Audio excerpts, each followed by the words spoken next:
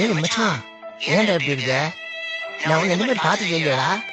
நான் காதலிச்ச பொண்ண ரேஷன் கடையில பார்க்கும்போது செத்துட்டேன்டா மச்சான். ஏய், என்னடா சொல்ற?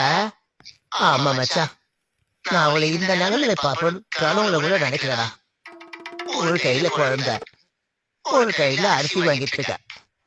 ஏய் மச்சான், உருளா உருளா, அதுவும் நம்ம கையில இல்லடா.